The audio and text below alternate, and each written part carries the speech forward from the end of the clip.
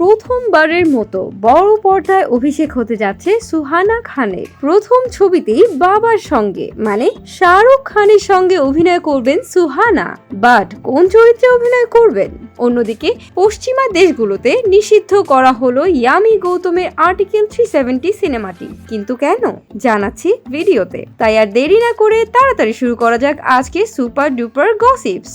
প্রথমেই আসি সুহানা খানের কাছে। জীবনের প্রথম মুভিতেই বাবা মেয়েকে একসঙ্গে দেখা যাবে। যদিও এর আগে জোয়া আখতারের আর্চিস এর হাত ধরে ওটিটিতে আত্মপ্রকাশ করেছেন সুহানা খান। এবার সুহানা পা রাখতে চলেছেন বড় পর্দায়।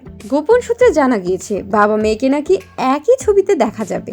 ছবির নাম নাকি হবে কিং। ছবির ডিরেক্টর হিসেবে থাকছেন সুজয় ঘোষ এবং সিদ্ধার্থ আনন্দ। মে মাসে শুটিং শুরু হবে কিং মুভির। 2023 সালের মাঝামাঝি সময় থেকে এই ছবির তৈরির পরিকল্পনা চলছে। দুই পরিচালক স্ক্রিপ্ট নিয়ে সোজা চলে গিয়েছিলেন শাহরুখ খানের কাছে। স্ক্রিপ্ট পড়ে শাহরুখ নিজের মতামত দেন এবং সে অনুযায়ী স্ক্রিপ্টে নানা বদল আসে। এই সিনেমার একটি বড় অংশ জুড়ে থাকবে অ্যাকশন দৃশ্য। শাহরুখের সঙ্গে আলোচনা করেই নাকি সবটা ঠিক করা হয়েছে। অ্যাকশন দৃশ্যে অনুশীলন হয়েছে শাহরুখ খানের বাংলো বাড়িতে। সুহানাও বাবার সঙ্গে প্রশিক্ষণ নিয়েছেন। বলিউডের দক্ষ প্রশিক্ষকদের তত্ত্বাবধানেই এই প্রশিক্ষণ পর্ব চলেছে বলে জানা গিয়েছে। 2023 সালে পাঠান এবং জওয়ান এ শাহরুখ খানকে অ্যাকশন অবতারে দেখেছেন দর্শক। তবে ঘনিষ্ঠ সূত্রের দাবি কিং এ একেবারে অন্য ভূমিকায় দেখা যাবে শাহরুখকে।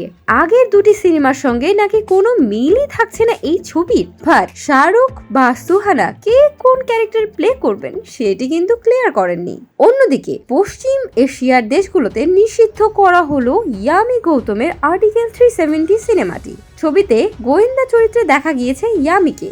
জুনি হকসারের চরিত্রে অভিনয় করেছেন তিনি। গোটা ছবিটাই কাশ্মীরের পটভূমির ওপর বেস করে বানানো হয়েছে। দেশীয় বক্স অফিসে 3 দিনে প্রায় 25 কোটি আয় করেছেন এই ছবি। সেদিক থেকে দেখলে বক্স অফিসের সাফল্যের দিকে এগোচ্ছে এই ছবি। কিন্তু এর মাঝেই পশ্চিম এশিয়ার দেশগুলোতে নিষিদ্ধ করা হয়েছে এই ছবিকে।